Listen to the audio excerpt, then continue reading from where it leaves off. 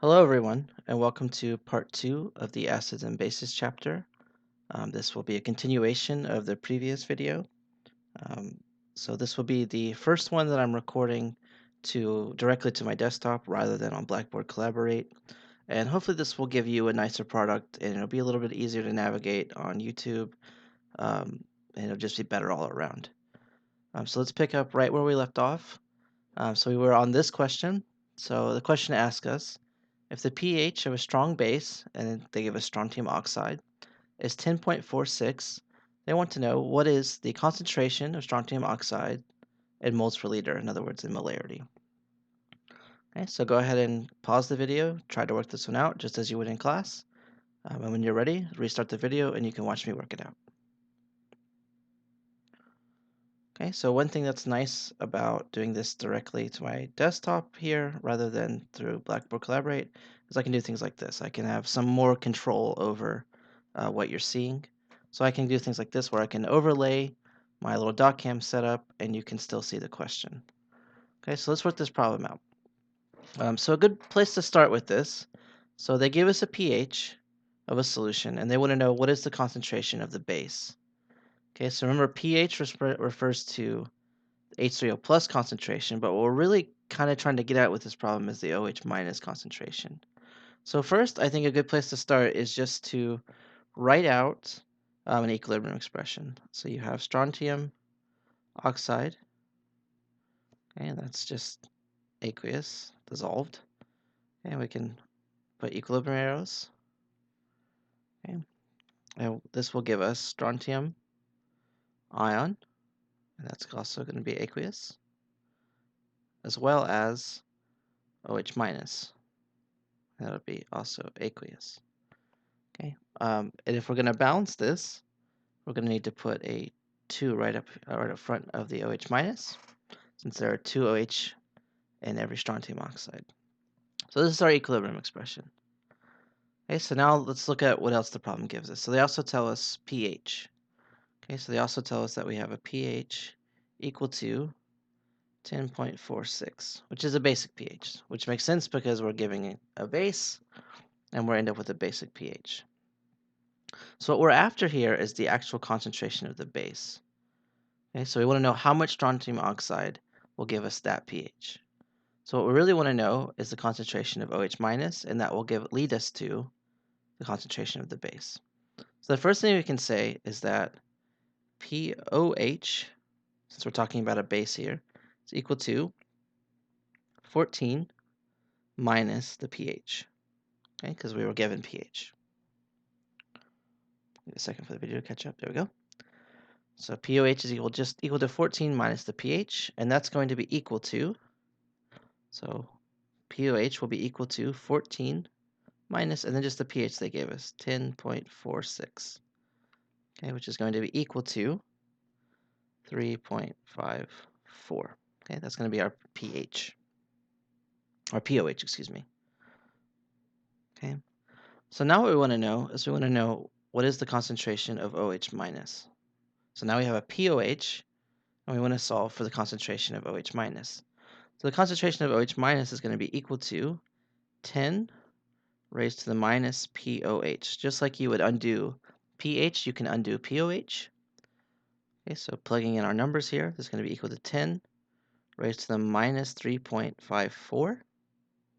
And solving this math, I get 2.88 times 10 to the minus 4, and that'll have units of molarity.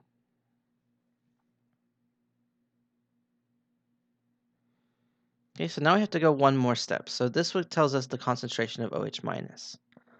Okay, but for every strontium oxide, so for every unit of strontium oxide, every molecule, we get 2 OH minus from that. So just based on what we wrote up here, we get 2 OH minus. Okay, so this is actually the concentration of our base. It's only the concentration of OH minus. So if we want to know concentration of strontium oxide, it's going to be equal to 1/2 the concentration of our OH minus. Okay, so you can set up an expression something like this.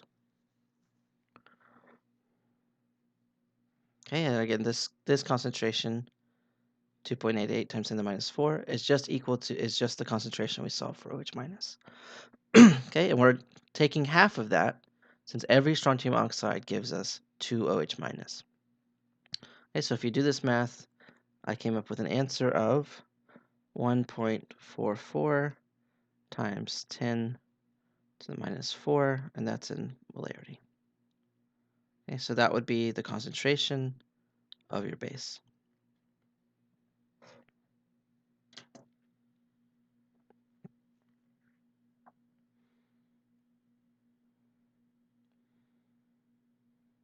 Okay, so I will take this away, and we can go back to the slides.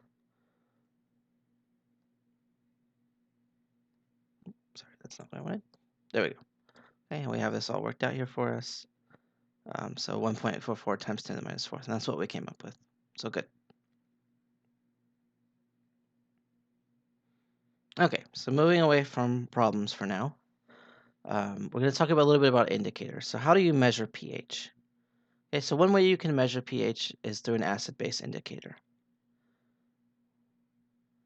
And so an acid-base indicator is just a substance that changes color in a specific pH range. Indicators exhibit pH-dependent color changes because they are weak acids and have different colors in their acidic or acid form and their conjugate base forms. Okay, so HIN and IN minus have different colors, in other words. So where HIN is just your regular acid and IN minus is your conjugate base. So you can write an expression something like this. Okay, so here we have HIN, aqueous, combined with water to give us H3O plus and IN minus. And it just so happens that this particular flower, if it's in more like acidic conditions, will have one color, and if we're in more basic conditions, we'll have a different color. So depending on exactly what the pH is, we'll change the color to either pink or to blue. Okay, and then we have lots and lots of substances that can do this. Okay, so in lab, you'll end up using phenolphthalein most likely. That guy is right here, phenolphthalein. Okay, this is a good one for things like titrations. There's all kinds of these, and depending on what your target pH is, depends on which one you choose. So if you have more of a low pH, you might choose something like methyl violet. And just depending on where you are on the pH scale, you may choose a different one like bromo crystal green, methyl red. Um, any of these would work just fine. It just depends on what your target pH is. Okay, so generally for general chemistry labs, phenolphthalein works just fine. Okay, but you can see each of them has sort of a color gradient here. So if we just look at our phenolphthalein example, it goes from a colorless solution all the way to a like dark magenta or dark red. And you can see that for each of these. Some of them even you can see have two pH ranges. So like for thymol blue, if we're closer to a pH of 1, it may be red. If we're close to a pH of, I don't know, about 2.5, might be more yellow. And then if we're all the way up here in more basic range, if we're around pH of 8, it might be yellow. And if we're around 9.5, it might be more closer to blue. Okay, so just depending on what your application is will depend on which of these you choose.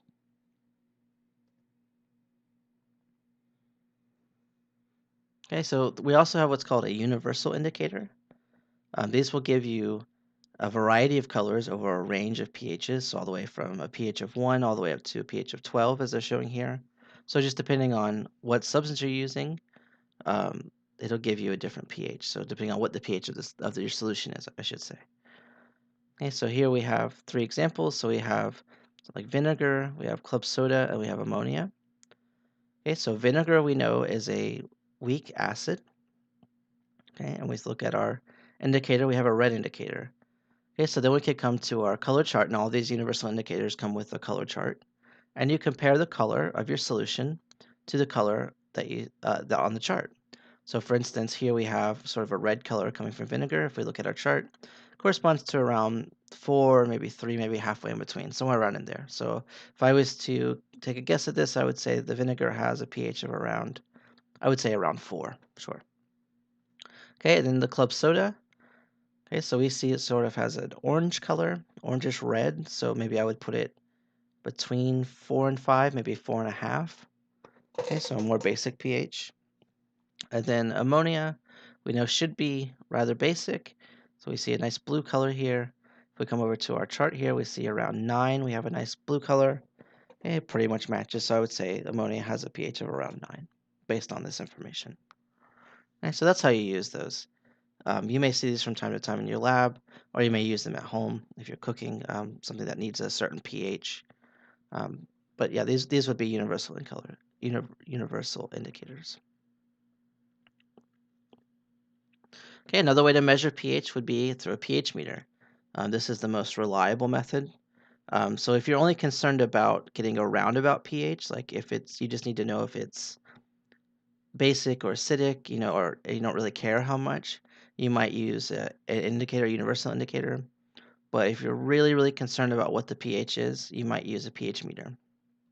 Okay, so a pH meter uses an electrode to measure the actual H plus concentration, and then that gives you a numeric pH. So here you can see we have Coke being measured, and it has a pH of around 2.7. So this is a really reliable way to do it. So if you're doing something like a titration and you want really, really accurate data, one of the best ways to go is to use a pH meter. It's not always necessary.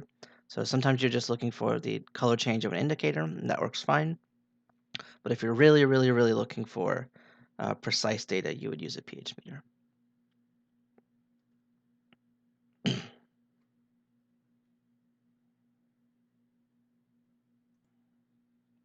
Okay, so moving on to our strong acids and our strong bases.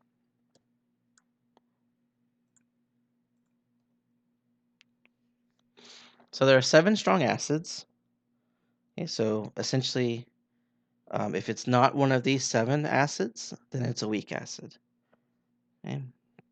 So you have things that you're familiar with, like HCl, hydrochloric acid, HBr, hydrobromic acid, nitric acid, sulfuric acid, and then you have your chloric and chlorite acids, chloric,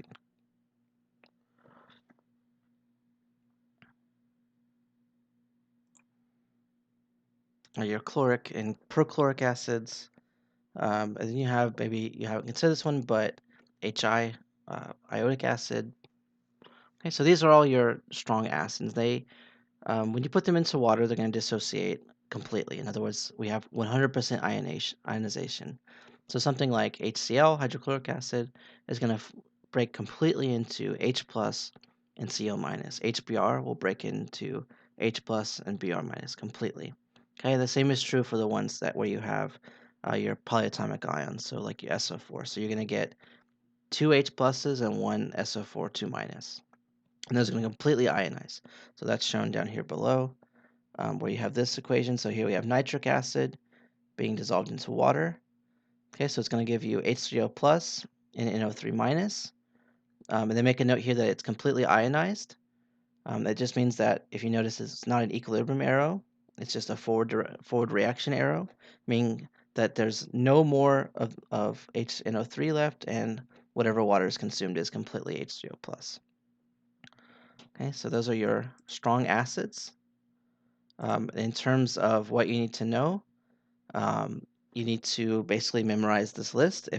Because the best thing to know is that if it's not on the list, it's a weak acid. If it is on the list, then it's a strong acid. So these are just things you need to know. Okay.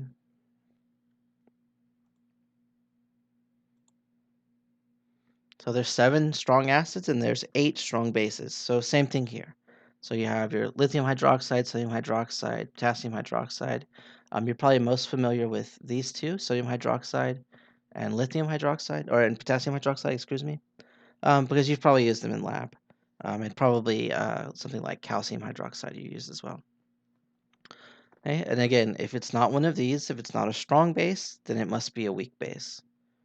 Okay? And they're going to have the same effect where if you put these into water, they're going to completely dissolve. So sodium hydroxide, for instance, will become completely Na plus and OH minus. You're not going to have any sodium hydroxide left in the solution. It's going to completely ionize into NaOH, or Na plus and OH minus, excuse me. Okay. So just make sure you kind of get a feel for those, which ones are strong acids, which ones are strong bases, and that'll be helpful when you're trying to recognize, okay, is this going to completely break into ions or is it only going to partially break into ions? And we're going to look at some cases where how do weak bases and weak acids differ from strong acids and strong bases. So far we've been dealing with pretty much only with strong acids and bases. So it's going to get a little more complicated when we start to look at weak acids and weak bases.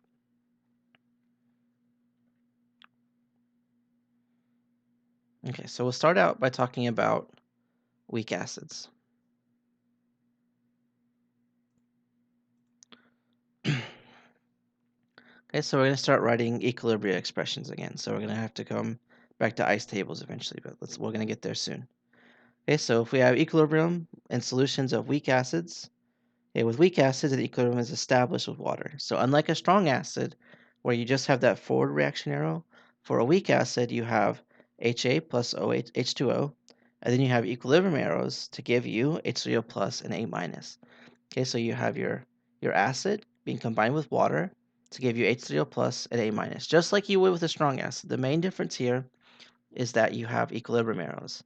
So we have some of it still existing as HA, and we have some of it existing as A minus. Okay, and we can write an equilibrium expression, just like we wrote equilibrium expressions before.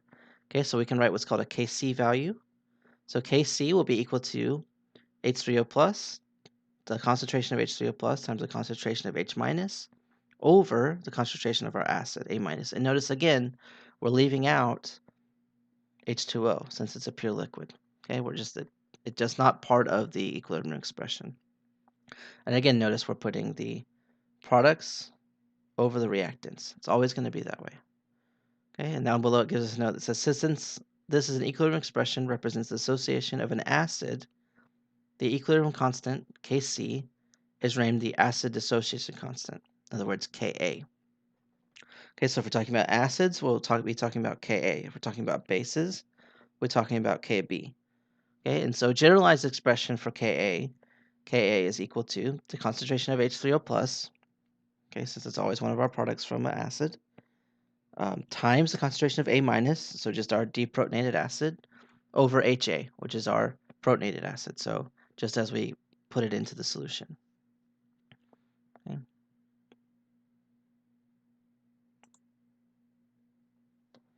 So what's useful about Ka values, so just like other K values when we talked about basic equilibrium, or not basic equilibrium, but general equilibrium, Ka values give us an idea of the strength of the acid. In other words, it tells us how much does the acid ionize. So we said that strong acids ionize completely, whereas we said our weak acids don't ionize as completely. So Ka gives us an idea, well, how much does it ionize? Okay, so it gives us an idea of the strength of the acid.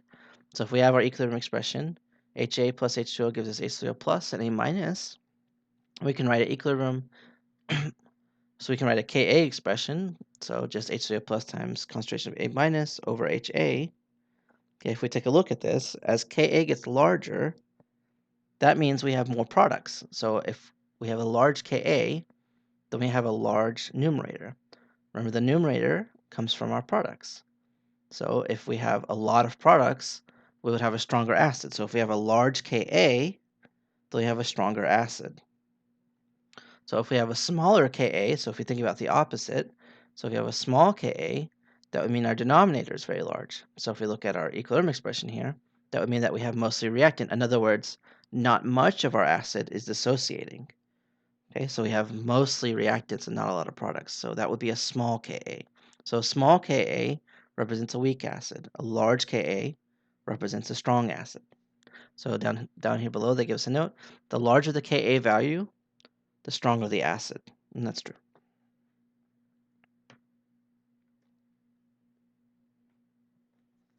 Okay, so we can also take a pKa scale. So just like we took pH, pOH, pKw, we can also have a pKa.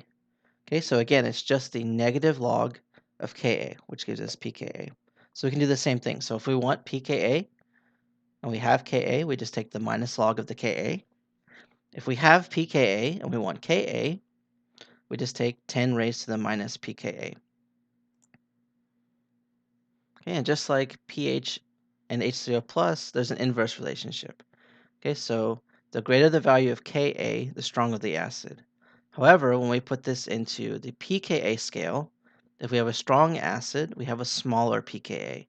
So just like with H3O plus concentration. So if we have a big H3O plus concentration, we have a small pH. But those would both correspond to a strong acid. Okay, so here, if we have a high Ka, we have a strong acid, and if we have a small pKa, we have a strong acid. So it follows exactly the same trend as the pH scale in terms of uh, magnitude of pKa and pH.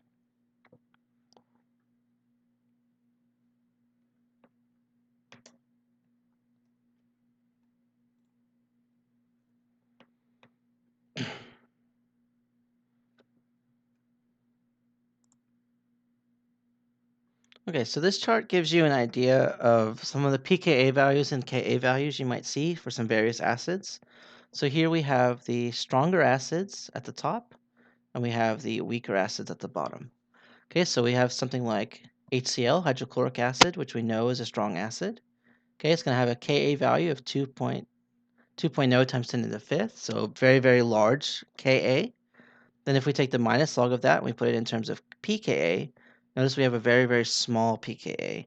So for a strong acid, we have a large Ka, small pKa.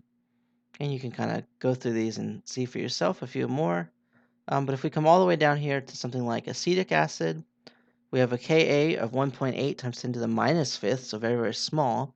We have a pKa of 4.74. Okay, so a lot larger pKa compared to something like HCl. So again, it's just like pH. So if you have a high pKa, you have a weaker acid. If you have a low pKa, you have a stronger acid. Big Ka corresponds to your H plus value. So if you have a big Ka, you have a strong acid. If you have a small Ka, you have a weaker acid. Okay, so you don't have to have all this memorized, although it is handy to know things like acetic acid, for instance, because it's a great weak acid to use for problems. So you'll kind of get to know that number a little bit better, but it's not necessary to memorize these. Generally speaking, they'll be given or you'll be solving for them with enough information.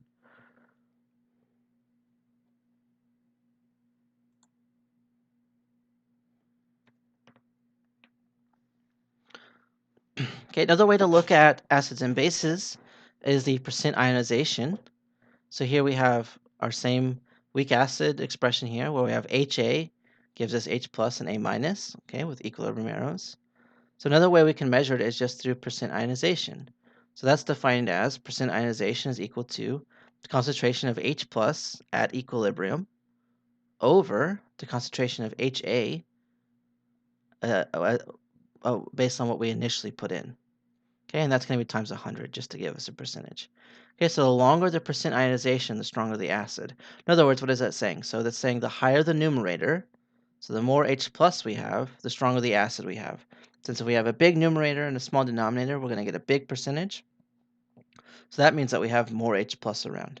So if we have a large percent ionization, we have a strong acid. And that's also based on our definition. Okay, so remember that the whole definition of a strong acid is one that completely dissociates or that completely ionizes. So if we have more percent ionization, so of course we have a stronger acid.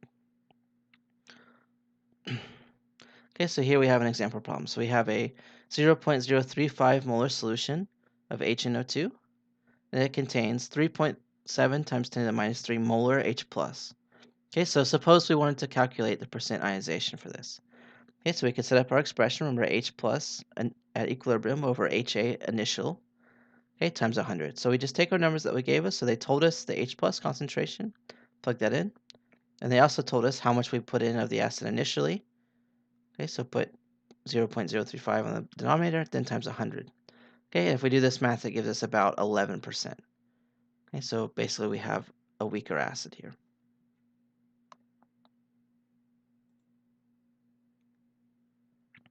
Okay, so we'll go through this problem together. So we have a pH of 0.250 molar hydrofluoric acid is the pH of a 0.250 molar hydrofluoric acid solution is 2.036. They want to know what are the values of Ka and pKa for hydrofluoric acid. And they give us a little equilibrium expression here, telling us that HF plus H2O gives us H3O plus and F minus with equilibrium arrows. So this is the point where we see our friend the ice table again. Okay, so as soon as we started talking about Ka, you probably saw this coming. Okay, so if we're talking about equilibrium constants of any kind, we're probably going to be dealing with ice tables in one way or the other. Okay, and these work basically the same way as the ice tables we saw before. Okay, so you're going to set up your ice table, ICE, and then you're just going to write in your different reactants and products. Here we've written in water just for the sake of writing it, but it's not really necessary since it's not part of our equilibrium. Okay, so we have HF from our reactants and our two products, H3O plus and F minus. Okay, and we can fill this in just like we would any other ice table. Okay, so here we have a pH of the solution. They tell us is 2.036. And it wants to know what are the values of Ka and pKa. Okay, so let's fill this in. So what did we start with? So we started with, how much HF did we start with? We started with 0.25 molar. Okay, and that's just straight from our question. And then of course we start with none of our products. Okay, so before the reaction happens in our initial line, we don't have any H plus and we don't have any F minus. Okay, so we just write zeros in for those. And if we want to talk about what how much they changed, well, HF is going to change by a measure of minus X because it's going away to form our products. Our two products are building. Okay, so they're coming in. So we're going to say plus X and plus X for both of our products. So plus X and plus X. Okay, now we have one more thing we need to figure out. So our equilibrium line. So our equilibrium line, remember, you're just going to total up the rows above it. Okay, so our equilibrium line here will just be 0.250 minus X, since that's our change. And here our H3O plus and F minus concentration, or their two equilibrium values, will just be X. Okay, since we started from nothing, we changed by amount of X, so their values are just X. And they both have 1s in front of them, so we don't need to say plus 2X or anything like that. Okay, so how are we going to solve for X? Okay, so the question gives us a concentration, an initial concentration of HF, and then it gives us a pH, and it wants to know Ka and pKa. So how are we going to solve for our pKa and our Ka here? Okay, so the first thing we need to know here is, what does pH mean? Okay, so if we look at our values here, we have so we have minus X, and plus X. Okay, so we want to know what is the value of X. Well, it just turns out that the value of X happens to be equal to the equilibrium concentration of H3O plus, which they gave us in a roundabout way. Okay, so they told us the pH. So what we can now do is we actually say, okay, well, actually, I know that my H3O plus concentration is going to be equal to 10 raised to the minus pH. And that would also be my X value. Okay, so all I have to do is take my pH, raise 10 to the minus pH, and that will tell me my H3O plus concentration, which in turn tells me my X value, since my equilibrium line for my H3O plus is just the value of X. Okay, so it turns out for this problem that the value of X is going to be equal to 0.00920 molar. Okay, we don't really care, but that's what it comes out to. Okay, so now if we want to solve for our equilibrium line now, okay, so we have our X value now, so we know that this line is just going to be 0.250 minus our X value, and then these two are going to be plus our X value or just equal to our X value, in other words. Okay, so our equilibrium line comes out to 0.241, and then these two lines are just equal to our X value, which is 0.00920. Okay, so why did we go through all that? Well, remember, what we're trying to find here is our Ka value and also our pKa value. Okay, in turn. So we need to then set up a Ka expression and a pKa expression. So if we, for instance, first wanted to know the percent ionization, we could say percent ionization is equal to concentration of H3O plus over the concentration of HF times 100. If we do this, we get about a 3.68% ionization. So this gives us an idea that this is sort of a weak acid. Okay, so that tells us when we get our Ka values and our pKa values what we should be expecting.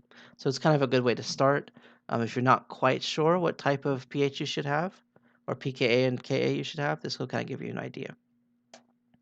Okay, so what if we want to solve for Ka? Okay, so we have to set up our Ka expression. So Ka, remember, is equal to concentration of your products over the concentration of your reactants. So what do we just solve for? We just solved for concentration of our products. Okay, so we have our products concentration. And then we also now have our reactants concentration. Okay, so now we can fill in our Ka expression. So we have H3O plus times F minus over HF. And of course, we know all these values now, so we can just plug them into our expression. And then it's just a matter of plugging into your calculator. Okay, so for this particular question, I get a Ka at 3.51 times 10 to the minus 4. Okay, so we need to know one more thing. They want to know what is the pKa as well. Okay, so all we have to do is take minus the log of our Ka, and that will give us our pKa. Okay, so if we plug everything in here, we get a pKa of 3.455. Okay, so we have a Ka that's relatively small, and we have a pKa that's relatively big. Okay, and if we think about that in terms of what that means about our acid, so remember a small Ka means we have a weak acid, a large pKa means we have a weak acid, and if we look back at our percent ionization, okay, we only had about a little under 4% ionization, so that would indicate it's a weak acid. If we look at our pH, we have a pH of 2, so we have an acid, but not that strong of an acid. Okay, so this all checks out. So you can kind of always do those rationale checks at the end based on the information that you have.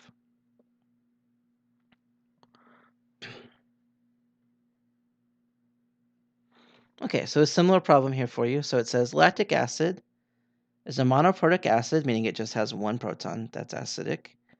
So that occurs in sour milk. So when your milk goes sour, it's because of lactic acid. The question asks us a 0.10 molar aqueous solution of lactic acid has a pH of 2.43. They want to know what is the Ka for lactic acid. Okay, so again, here's a good place for you to pause the video and try to solve this problem. Should be similar to the one we just did. Okay, so hopefully you've taken some time to pause the video and solve this problem. Now let's work it out together. So I will bring back up my paper so you can see my handwriting here.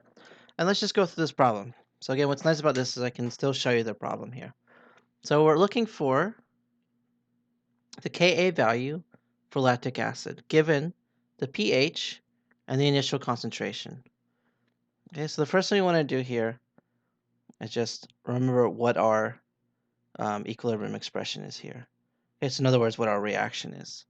So we have H, bring this down a little bit, HC3, H5O3, and that's going to be an equilibrium.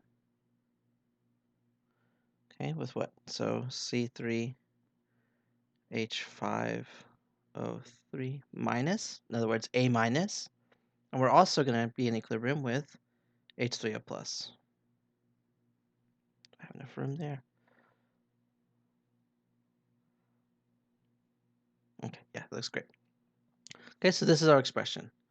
Okay, so I like to just kind of write out the equation like this, and then just below it, I'll just write out my ice table. Okay, since I've already written it once, so I write it again, right? Okay, so now we just need to fill in. So our initial, so if we look back at our question here, so look back at our problem. Okay, so we have an initial concentration of our acid. So an aqueous solution of lactic acid, in other words, they're giving us our initial concentration is going to be 0.10, and that's in units of molarity. Okay, so that's our initial. You kind of can't see my ice there, can you? There we go. Okay, so that's our initial. And remember that we're going to start from nothing of our products. Okay, so unless the question says, I've added this much a minus in or something like that, remember that you're just starting from 0 for both of your products. Okay, our change for our acid will just be minus x. Our change for these two will be plus x. And plus x, since they're building, remember this is going away. This is going away, and then these two are coming in. They're building.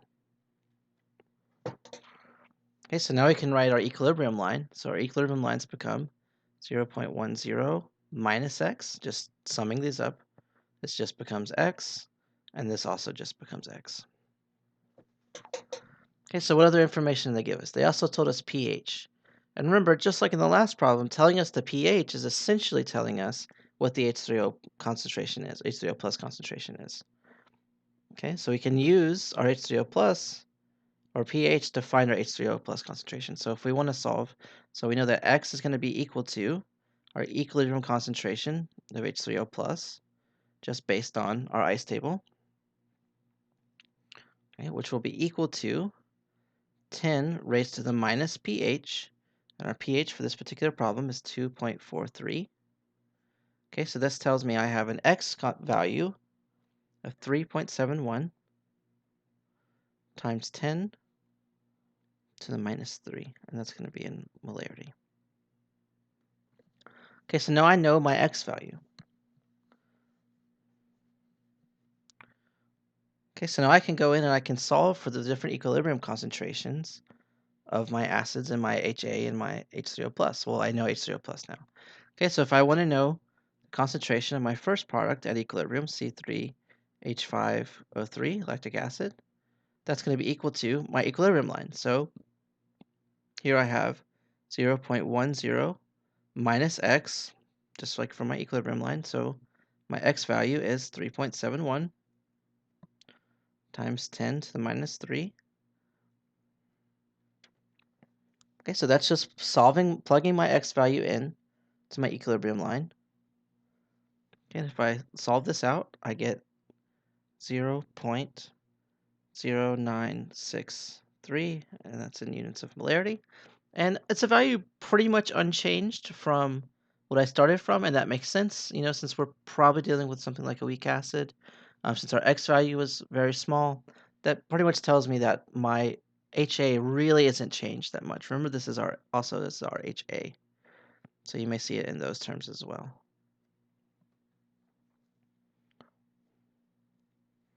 Okay, so the second thing we need to do here is we need to realize that the concentration of C3H5O3, that's our HA, this is our A minus, so A minus,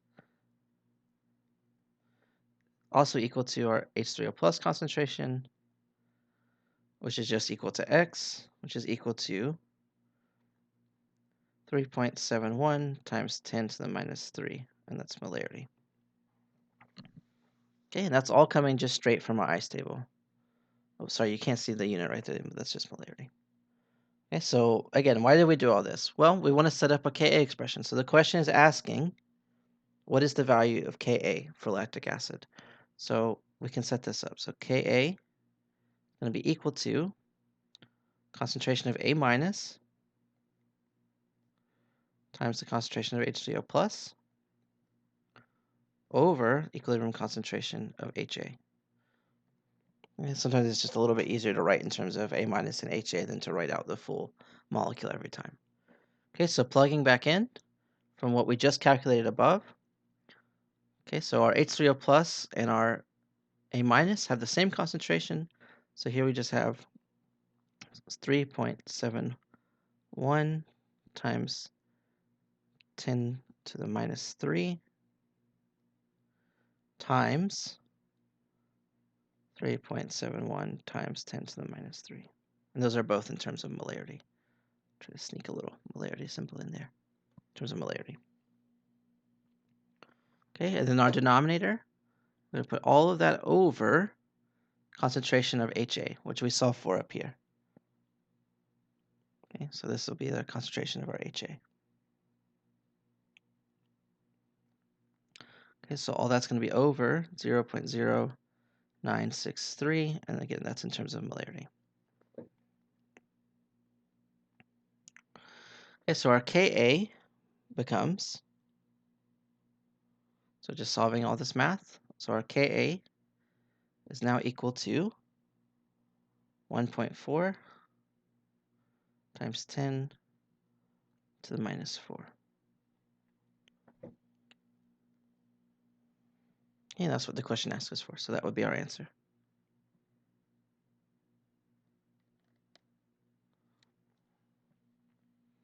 And I can zoom out a little bit here to kind of give you better picture of the whole thing.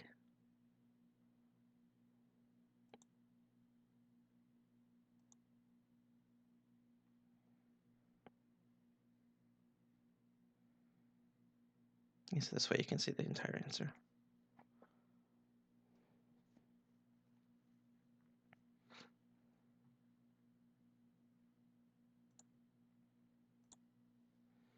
Okay, and now jumping back over to our slides. Okay, so we also have that answer typed in for you. Just so you can see it here, I'll pull up the entire answer here, and then I'll give you a second to where you would be able to pause the video if you want to see the answer like this. Okay, so there's the first part of it. So that's just setting up the ice table. Okay, and then here solving for our x values, realizing that H2O plus concentration and A minus are just equal to x. Our HA is equal to what we calculated from our ice table. Okay, I'll give you a second with this whole answer up.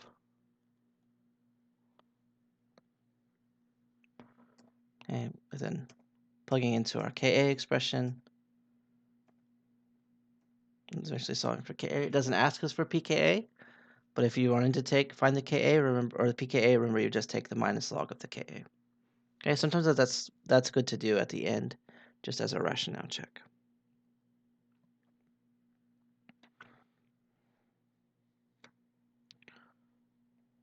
Okay, so moving along. So suppose instead we wanted to calculate the pH of a 0.10 molar HCN solution. And so here we have cyanic acid. And this is at 25 degrees C. And our Ka at this temperature is 1.4 times 10 to the minus 9. Okay, and the relevance of the temperature here is just to let us know that that Ka is at that particular temperature, since Ka can be temperature sensitive. Okay, so again, we're going to set up an ice table, just like we did in the last problem. So we have our equilibrium expression here. HCN plus water gives us H3O plus and Cn minus. So HA gives us plus water gives us H plus and A minus, in other words. Okay, so set up your ice table. We can fill it in just like we did before. So our initial line here, since they said we have a 0.10 molar HCN solution, our initial concentration of HCN will be 0.1. Okay, we ignore water. Okay, then our H3O plus concentration and our Cn minus, in other words, our H3O plus and our A minus, we start from nothing. So since we don't have any products to begin with, those two start at 0. Our change for our HA will be minus x, since it's going away to form the products. Our two products are building, so they both get plus x. Okay, so our equilibrium line becomes 0.1 minus x. And then for our two products here, we just have x and x. Okay, so here in this particular problem, we're given Ka, but what we want to know is the pH. So in other words, what are we really trying to solve for? We're trying to solve for this line.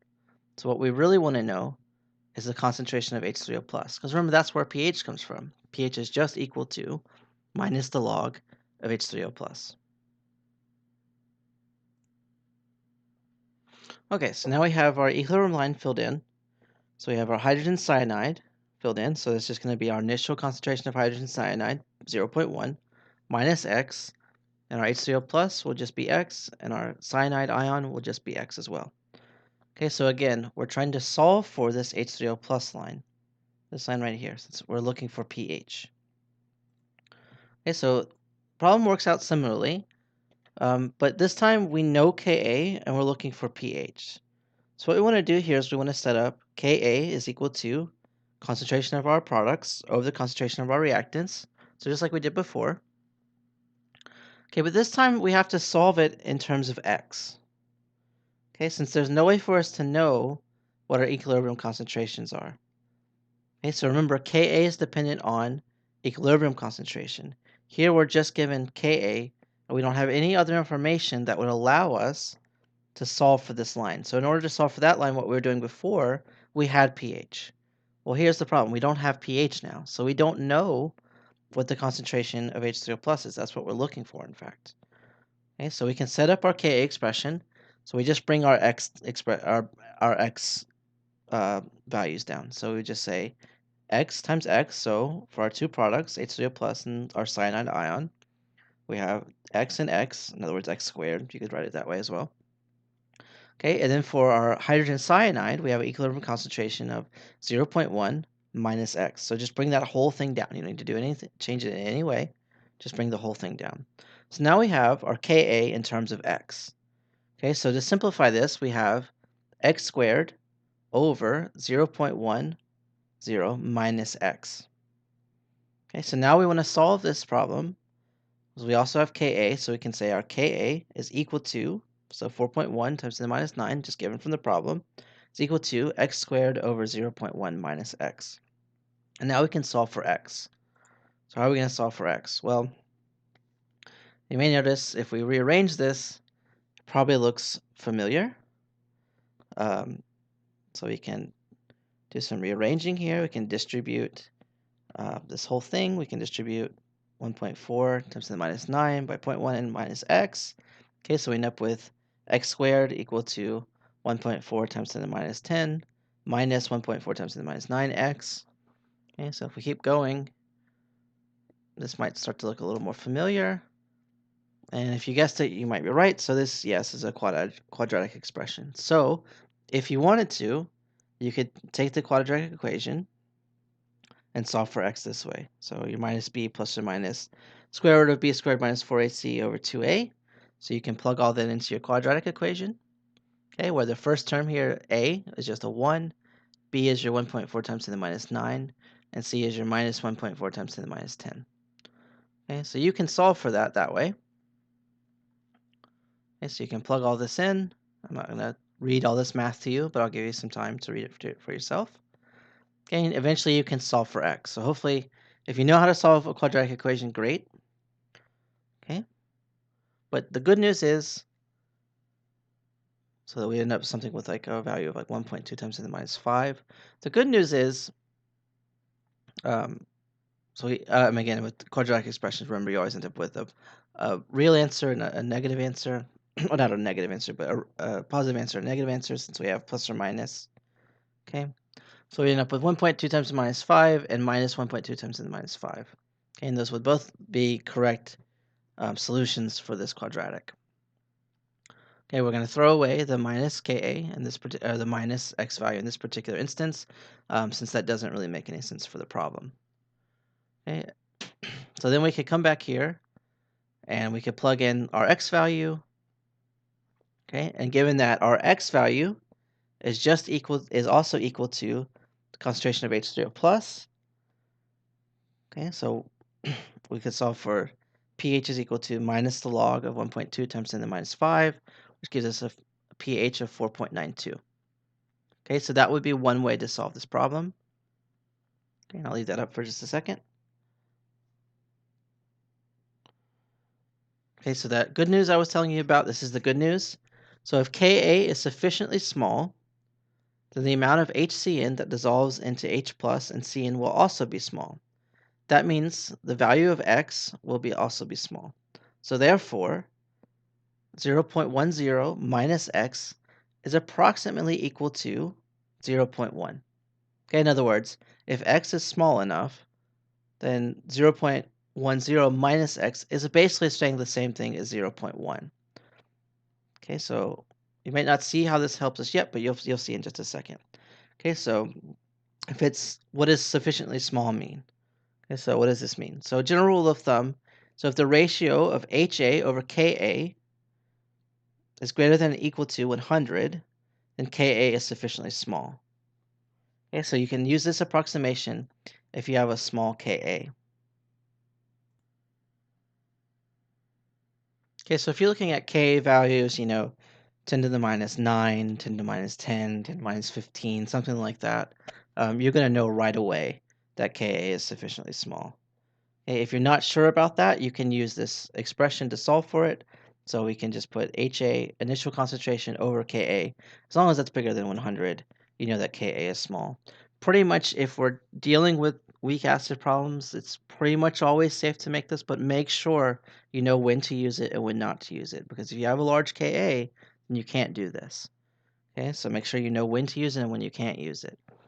So you can always solve for it this way to be sure, but just remember if you have something like 10 to the minus 7, 10 to the minus 8, 10 to the minus 9, these are going to be small Ka's, and you could probably use this approximation.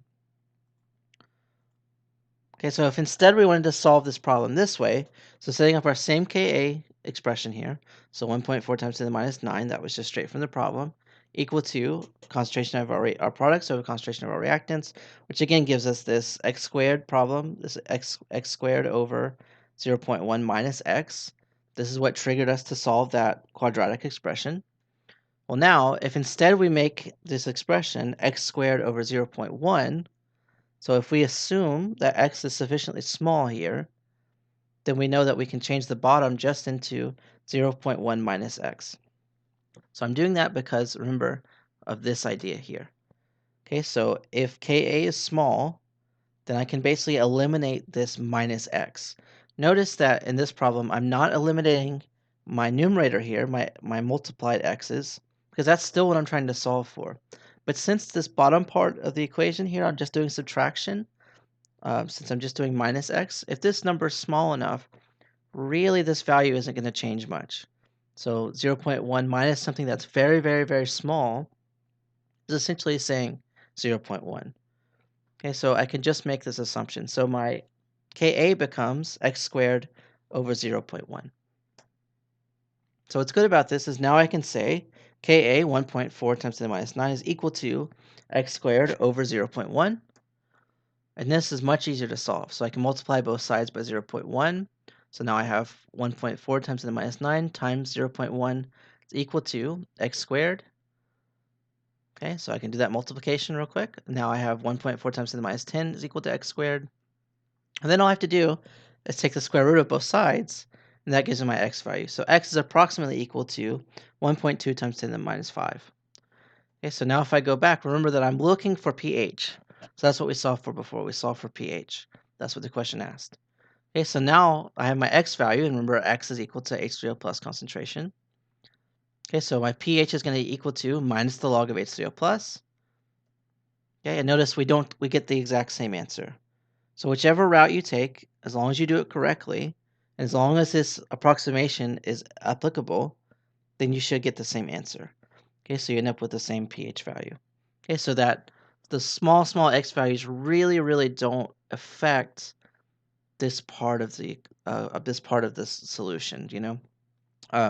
You can just sort of eliminate it here, so that it becomes much easier to solve rather than going through that whole quadratic expression. There's nothing wrong with doing that, but this is much easier to solve in my opinion. Okay, so now we have one for you to try. So what is the pH of 0.0 of a 0.020 molar solution of benzoic acid? And they give us a Ka of 6.3 times 10 to the minus 5 for the acid.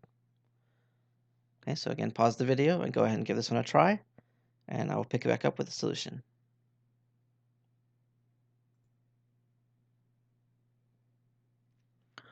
Okay, so hopefully you've taken some time to try to solve this problem.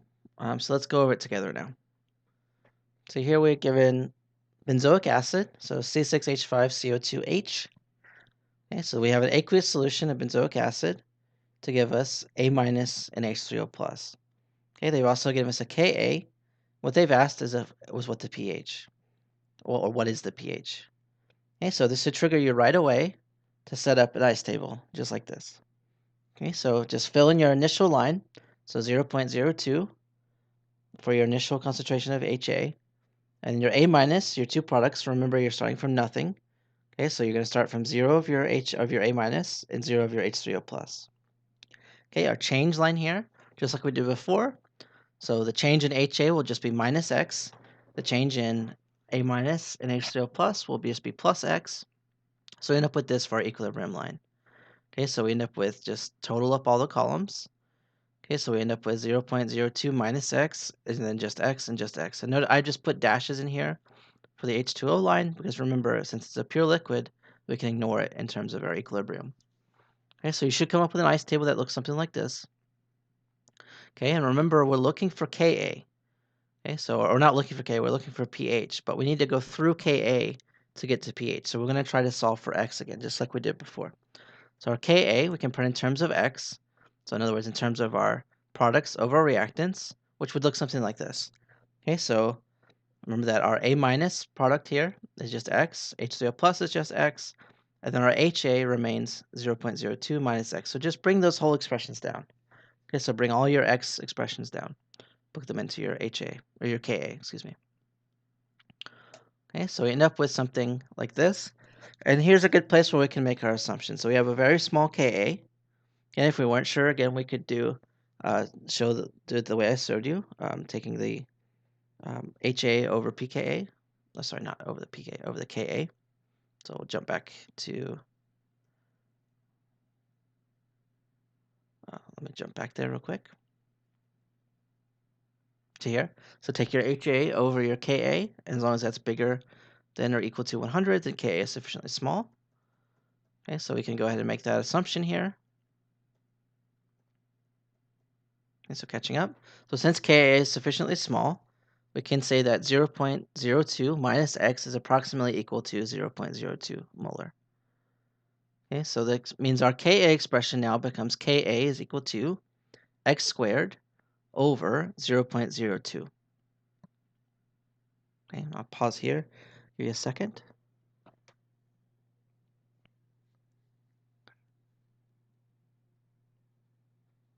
Okay, moving on. So now we have our Ka expression in terms of X. So we have Ka is equal to X squared over 0.02. So now we can plug in the value for Ka, 6.3 times 10 to the minus 5. And that's going to be equal to X squared over 0.02. So now we can solve for X. So first thing, multiply both sides by 0.02. So now we get X by itself. Okay, so now we have 1.26 times 10 to the minus 6 is equal to X squared.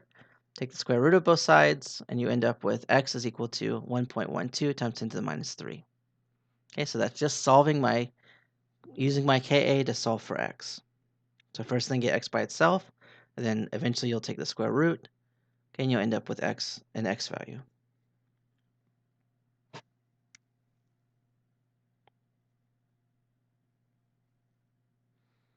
Okay, so remember that we're looking for pH, given the question. So pH is going to be equal to our H3O plus concentration. And if you go back to your ice table, you'll see that H3O plus concentration is just equal to X. Okay, so now we know our X value. So now we know H3O plus concentration. So remember, pH is just minus the log of our H3O plus concentration, or in other words, minus the log of X in this case. And that will give us pH. So our pH here is equal to 3.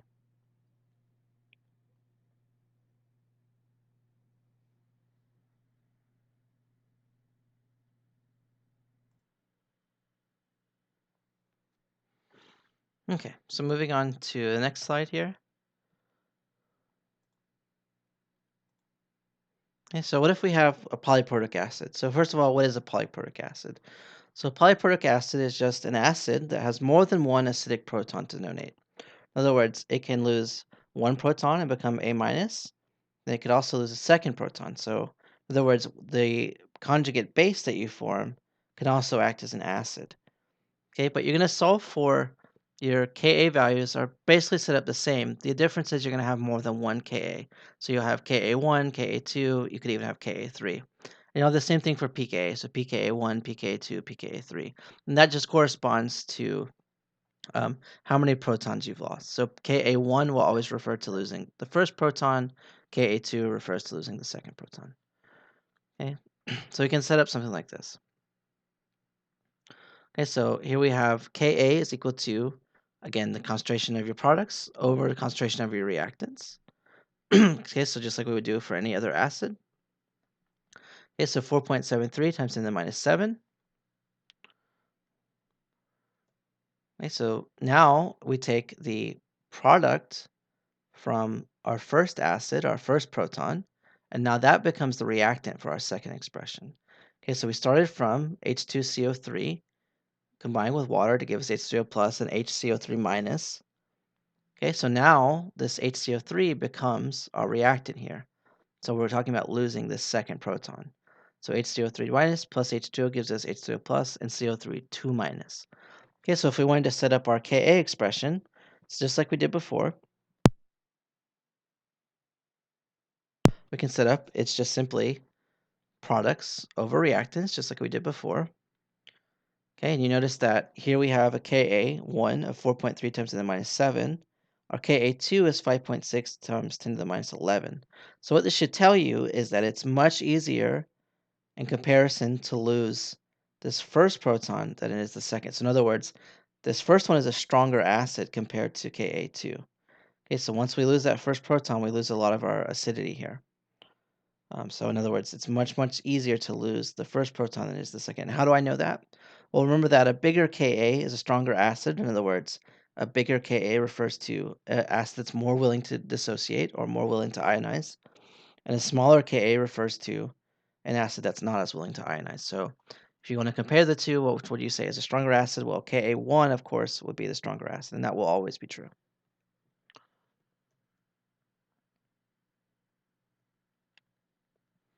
Okay, so this is just a list of some polyprotic acids that you may see. So these are things like ascorbic acid, which has a Ka1 and a Ka2. Notice again, Ka1 is much larger than Ka2. You even have some things that have 3 acidic protons, so something like citric acid. You have H3 right up front, let you know that it has 3 acidic protons. So you get 3 Ka values. So you have 1 of 7.4 times 10 to the minus 4, 1.7 times 10 to the minus 5, and then your Ka3 here, 4.0 times 10 to the minus 7. Okay, so notice we went from minus 4, 10 to the minus 4, 10 to the minus 5, then 10 to the minus 7. So you can kind of see a trend here. So the more we start to pull those protons off, the harder it is to pull them off again. In other words, the less ionization that's occurring. Okay, and generally speaking, the pH of a polyprotic acid solution will generally be governed by the first acid dissociation. Okay, so since the value of Ka1 is used in equilibrium calculations. So unless you're specifically asked to talk about Ka2 and Ka3 for a polyprotic acid, you're going to refer back to Ka1. Just because, I mean, the likelihood of these two getting removed is kind of unlikely.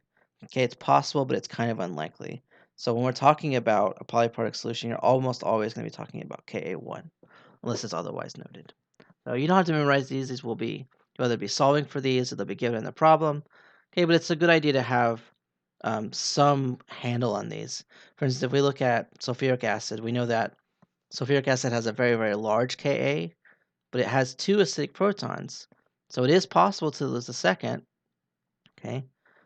But notice that Ka2 starts to get pretty small, okay? So it becomes weaker as we go on. So suppose we had this problem. So it says calculate the pH of 0.02 molar H2CO3 solution at 25 degrees C.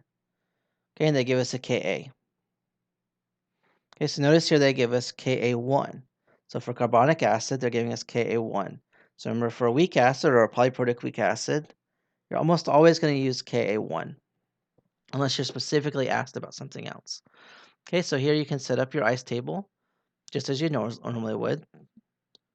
And you can fill in your top line. Remember, the initial HA concentration is just given in the problem in this case. And then your two products, you start from 0.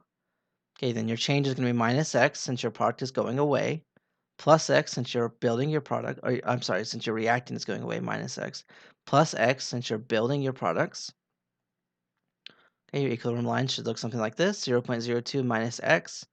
Okay, so just summing up those columns, and x and x. Okay, and here we can use our assumption. Okay, so take the HA initial, concentration of HA initial over Ka. Okay, so that turns out to be 4.6 times 10 to the 4, which is much bigger than 100, so we can use our approximation. Okay, so we can set up our K expression like this. We end up solving for x squared. Okay, so you end up just solving using your approximation at this point, so you end up with just x squared over 0.02. Okay, so again, just plugging everything from our ice table into this expression. And then you have to recognize here, this is the important part, recognize here that you can use your approximation. In other words, assume that 0.02 minus x is approximately equal to 0.02. Okay, then just solve for x. Okay, so you end up with an x value, which remember is equal to our H3O plus concentration. Okay, so you end up with pH equal minus the log of H3O plus. Okay, so minus the log of x, which is 4.3. Okay, so just the way we solved for them before.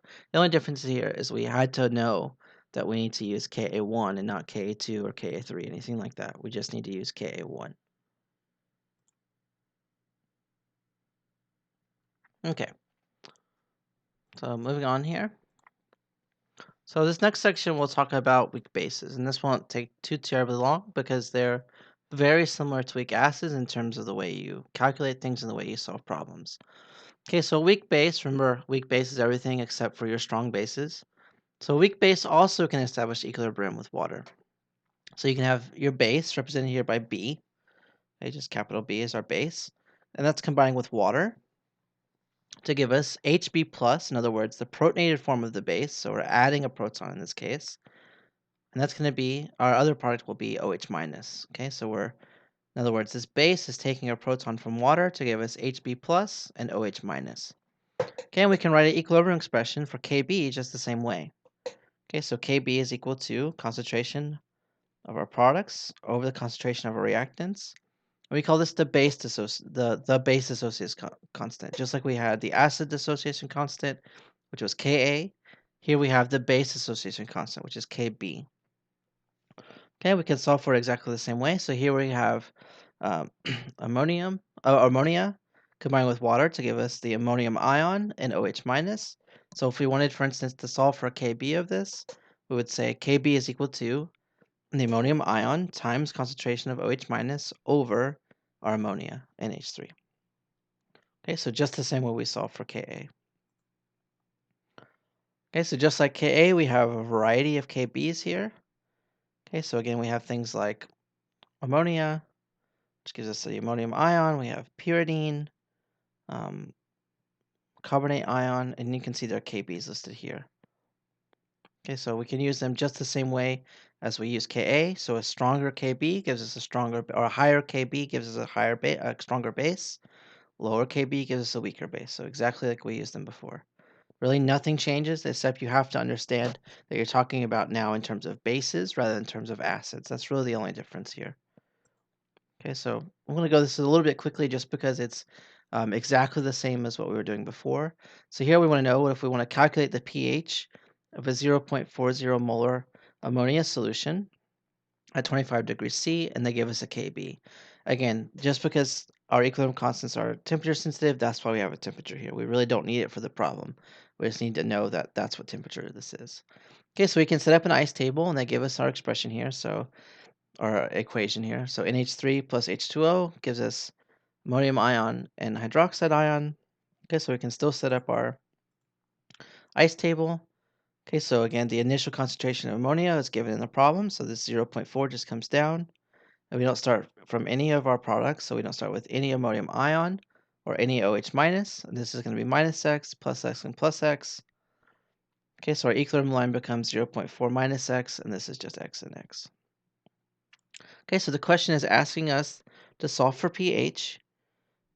And again, we need to check and see if our Kb is sufficiently small. So we're going to do the same thing. Take the concentration of your base, put it over Kb. As long as that's greater than or equal to 100, we can use this assumption or this approximation. Okay. So again, we're trying to solve for pH here. So the first thing we want to do is just set our Kb equal to our equilibrium or our Kb expression, but in terms of X. So just bring your ice table values down. Okay, and then we have to recognize that, yes, Kb is sufficiently small, so 0.40 minus X just becomes 0.4. Okay, then we need to go through and we solve for X, just like we did before.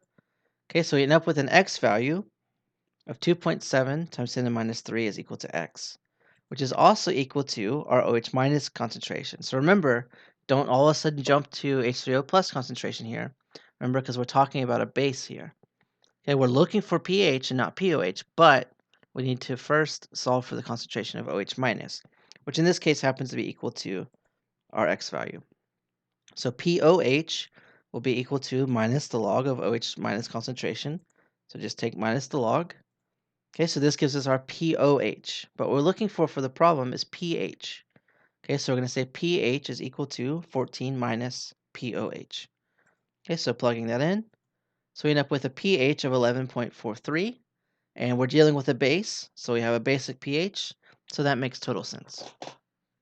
Okay, so when you're dealing with bases, you solve them exactly the same way. The only difference is you have to know that you're talking about in terms of OH minus rather than in terms of H3O plus concentration. Okay, you could also, from this point, now once we know this, you could convert OH minus concentration into H3O plus concentration, or you could take pH as I've done here. Okay, or POH and then convert to pH. Either way you wanted to do it.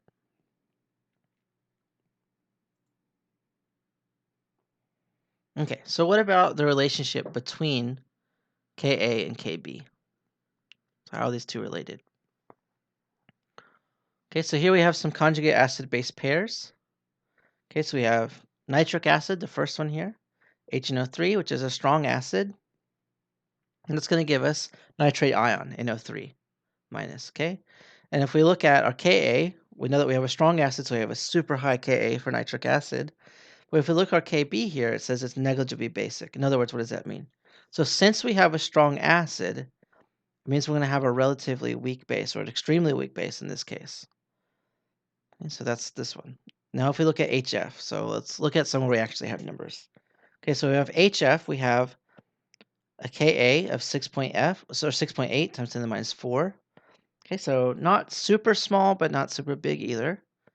Okay, in terms of a Ka. So this would probably be, a weak acid. We would classify as a weak acid.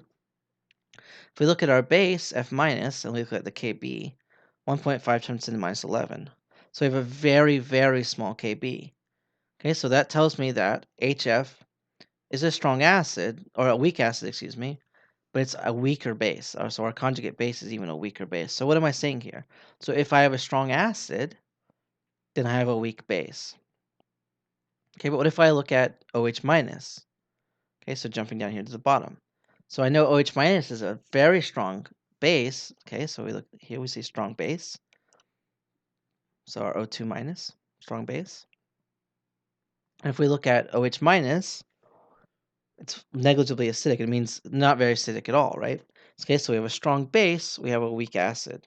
If we look at numbers again, so let's look at carbonate ion here. Okay, so 1.8 times 10 to the minus 4. So a weak base, but not super weak. And if we look at our corresponding Ka, we have a very small Ka. Okay, so HCO3 minus, so just the protonated form. Now we have 10 to the minus 11, so that's very, very small. So we have a relatively weak base, but we have an even weaker acid. Okay, so in other words, they're inversely proportional. Okay, so looking at ammonia, for instance, so we have the ammonium ion combined with water to give us H3O plus and ammonia. So this has a Ka of 5.6 times 10 to the minus 10. Okay. If we look at the reverse, then we have a Kb of 1.8 times 10 to the minus 5. Okay, so this Ka or Kb is always going to be referring to, so in this case, we're losing a proton. Okay, so you have to kind of think about this. We're forming H3O plus, so we use Ka, talking about the forward reaction. Here now we're taking our conjugate base, ammonia, and now we're taking it as a reactant. Okay, so our Kb here, again, referring to the forward reaction. Okay, but notice I have a relatively small Ka and a little bit larger of a Kb. So again, they're inversely proportional.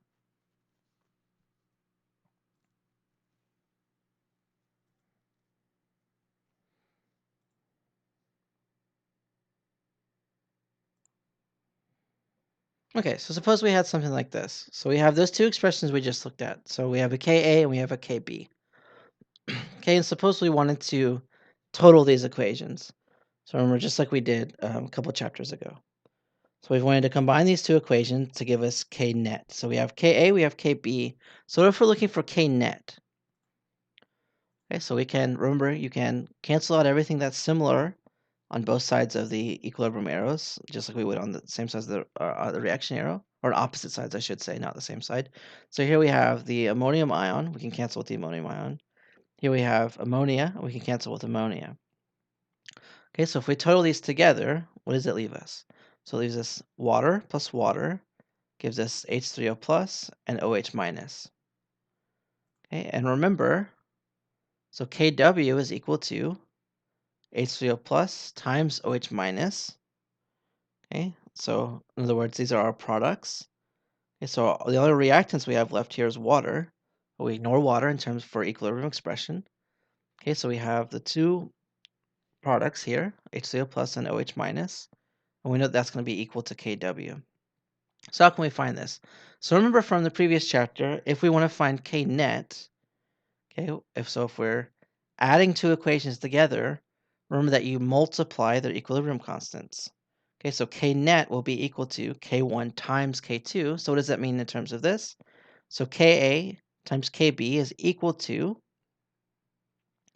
H3O plus times NH3 over NH4, so that's our Ka part, times NH4 times OH minus over ammonia, so that's our Kb part. Okay, so we can cancel all that out. Okay, so anything that, in the numerator and the denominator, we can cancel out, so NH3, NH4 plus. Okay, and what does that leave with us? What does that leave us with? So it leaves us with H3O plus and OH minus, and those are both going to be equal to Kw. Okay, so in other words, what am I saying? So I'm saying that Ka times Kb gives me Kw, just like we showed in the beginning of the chapter here. Okay, so if I take those two numbers and I multiply them together, I get Kw, which is of course equal to 1.0 times 10 to the minus 14 at room temperature.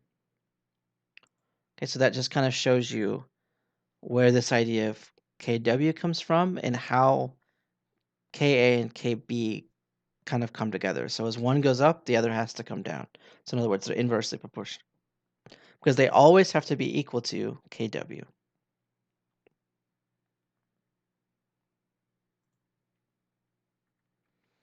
Okay, so if we have a conjugate acid-base pair, in other words, we have Ka and we have Kb, that's always going to be equal to Kw. So if we have one, we can solve for the other. So Ka will be equal to Kw over Kb, and Kb will be equal to Ka or Kw over Ka. Okay, so you can just take this equation, this guy, and just rearrange it to solve for whichever one you're looking for. So if you're given Kb and you want Ka, use this form. If you're given Ka and you want Kb, you can use this form.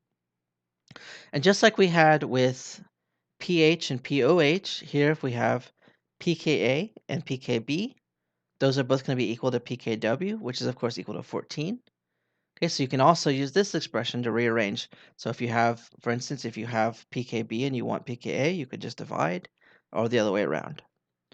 Okay, so these are pretty powerful tools in terms of how you're solving problems and how you're converting your answer to what you're trying to get.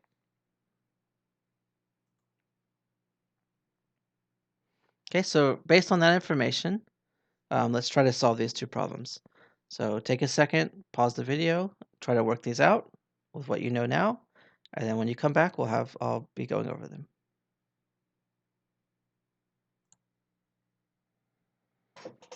Okay, so for the first one, they tell us that Kb for trimethylamine is 6.5 times 10 to the minus 5. And they want us to calculate Ka. Okay, so here they give us the information. Okay, so Kb is equal to 6.5 times 10 to the minus 5. And what they want us to do is solve for Ka.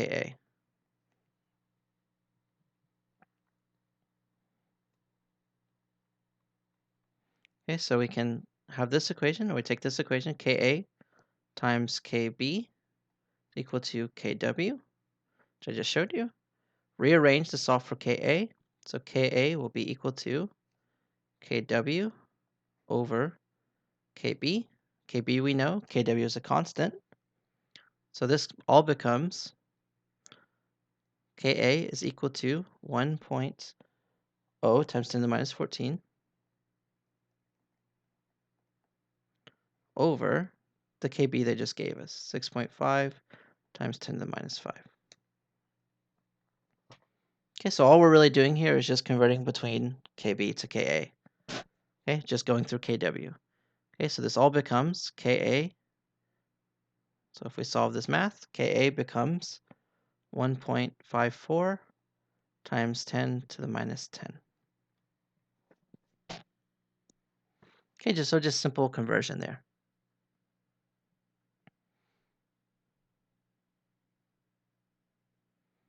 And if we look back at our problem here, so the second one says we have a Ka of hydrogen cyanide is equal to 4.9 times 10 to the times 10 to the minus 10.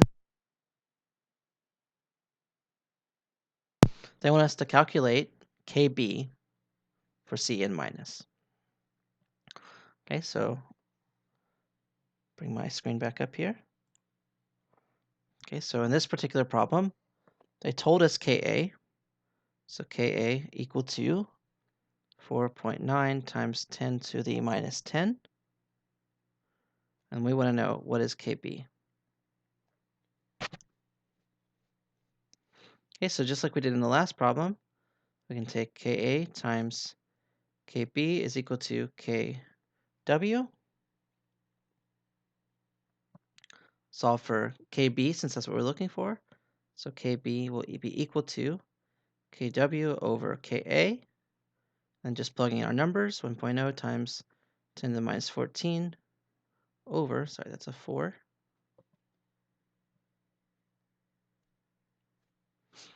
Over the Ka they just gave us, 4.9 times 10 to the minus 10. Okay, so if I solve all of that, my Kb for this particular problem will end up being 2.04 times 10 to the minus 5. Okay, so that would be my final answer here. And my final answer for the first one was 1.54 times 10 to the minus 10.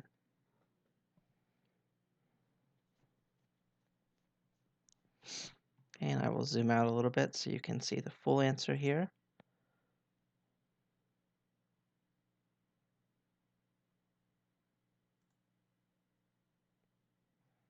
Takes a second for it to catch up.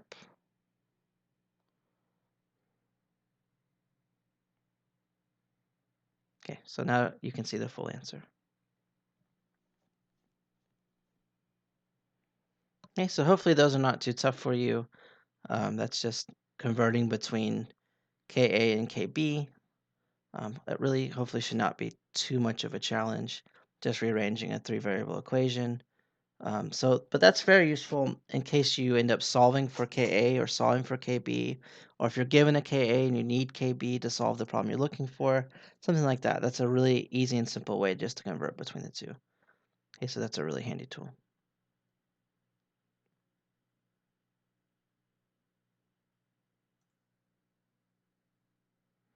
Okay, for this next problem, the first problem says the pH of a 1.0 molar ammonium chloride solution gives a Kb for NH3 is 1.8 times 7. I'm sorry, let me reread that for you. So what is the pH of a 1.0 molar ammonium chloride solution given that the Kb for ammonia is 1.8 times 10 to the minus 5? Okay, so they want to know what is the pH of that solution, but we're given a Kb. So we don't know what Ka is. And we're given two expressions. So we're given one expression or one equation that says ammonia plus H3O plus Cl minus gives us ammonium chloride plus water. Okay, so that in this particular case, we have ammonia acting as a base to take on a proton. So notice we're going from NH3 here to NH4 plus. Okay, so we're acting as a base. Okay, whereas we can also write this expression as NH4 plus giving off a proton to water to form NH3 and H3O plus. Okay, so they want to know what is the pH.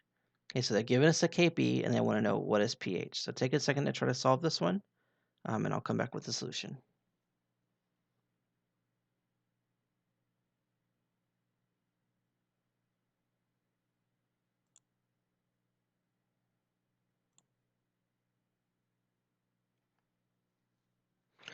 Okay, so the first thing we want to recognize with this problem is since we're looking for Ka, so the problem asks us to solve for pH, so we need to get to Ka. Okay, so we can set up an expression. So they gave us Kb. So they said Kb is equal to 1.8 times 10 to the minus 5. Okay, so that's our Kb. Since we're looking for pH here, I think the easiest thing to do here would just be to put this in terms of Ka. So remember your Ka times Kb is equal to Kw. So let's just rearrange this to solve for Ka, just like we did before. Ka is equal to Kw over Kb. is equal to 1.0 times 10 to the minus 14 over 1.8 times 10 to the minus 5. So I end up with a Ka equal to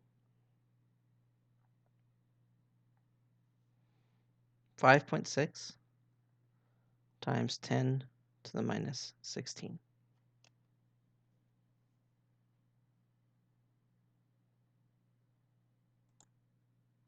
I'm sorry, this should be 10 to the minus 10, not minus 16. That doesn't make any sense. Okay, so 5.6 times 10 to the minus 10. That's our Ka. Okay, and given this equation, so they gave us this reaction equation, NH4 plus H2O gives us NH3 plus H3O plus. Okay, so that's the reaction we want to use. Because now we're talking in terms of Ka. So if we were talking about in terms of Kb, you would want to use the first equation they give us. But since we're talking about Ka, this is the expression we want to use, or this is the equation we want to use. And so since we're looking for pH, what we're really looking for is H3O plus concentration. So I think this is the easiest way to do it, is just to go ahead and convert to terms of Ka. So you could go through and solve for pOH and then convert to pH, but why not just take a more direct approach, turn it to Ka, use the acid form of the equation, okay, and then we can just set up an ice table. Okay, so we'll say ICE, just already, again, I like to write it out once, so then just take that reaction and write out the rest that way. So here, based on the expression, they told us we started from a 1.0 molar NH4Cl solution. Okay, so that means this NH4 plus. Okay, so since it's just a 1-to-1 ratio of those two ions, that means that this NH4 plus concentration is going to be equal to the concentration of our ammonium chloride. So that's another reason to go ahead and put it in terms of Ka, because we're given information that corresponds to Ka. We're really not given a lot of information in terms of Kb aside from the Kb. So let's go ahead and convert to Ka, and now we know our initial concentration here, 1.0 molar. This we don't care about. Here we're starting from 0, and here we're starting from 0. Okay, so for our two products.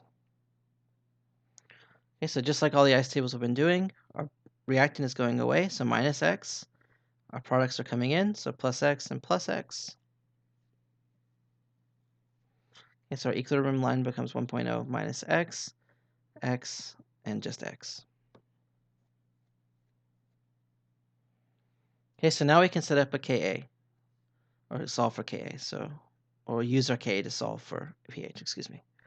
So Ka is going to be equal to, remember, it's the concentration of your products, so NH3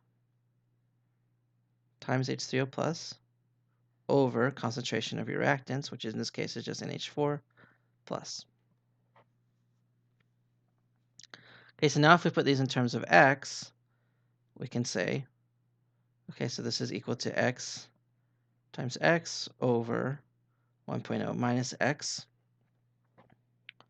Okay, so as soon as I get to this stage, I need to question myself, okay, can I use my approximation or can I not? Okay, so 5.6 times 10 to the minus 10, that's pretty small. If you're not sure, I can go and do the check. So take the concentration over the Ka and make sure that's greater than or equal to 100. In this particular case, I know I can use it. Okay, so I know that this is approximately equal to x squared over 1.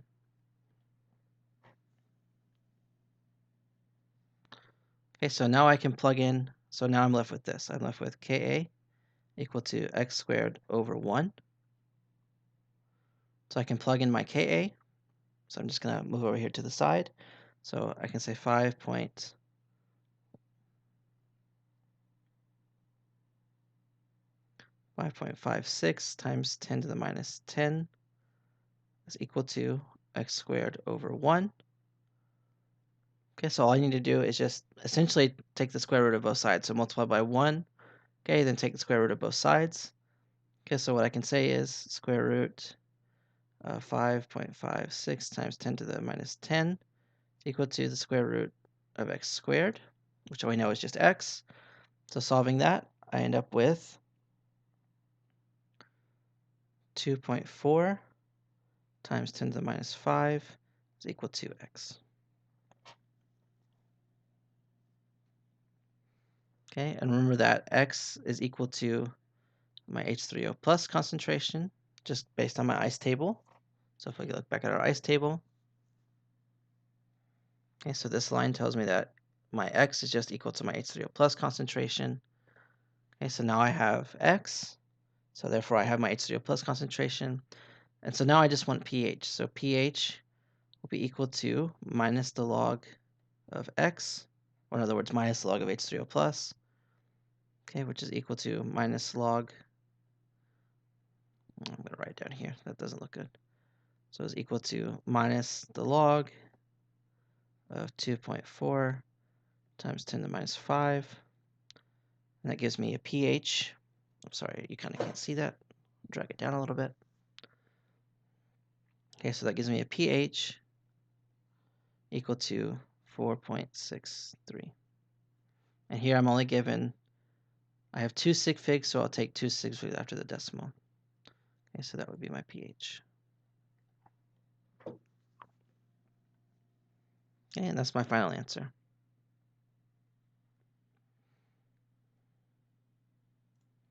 And again, I'll try to zoom out here so you can see the whole answer best I can.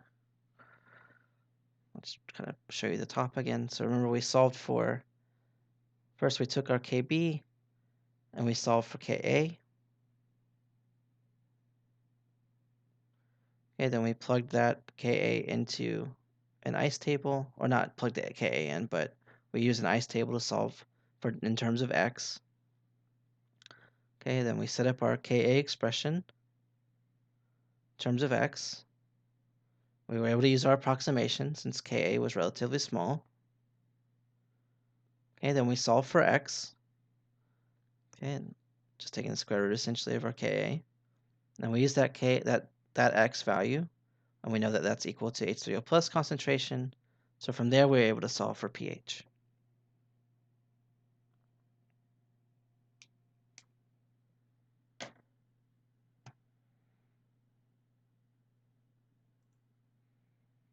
Okay, so that will actually end this chapter.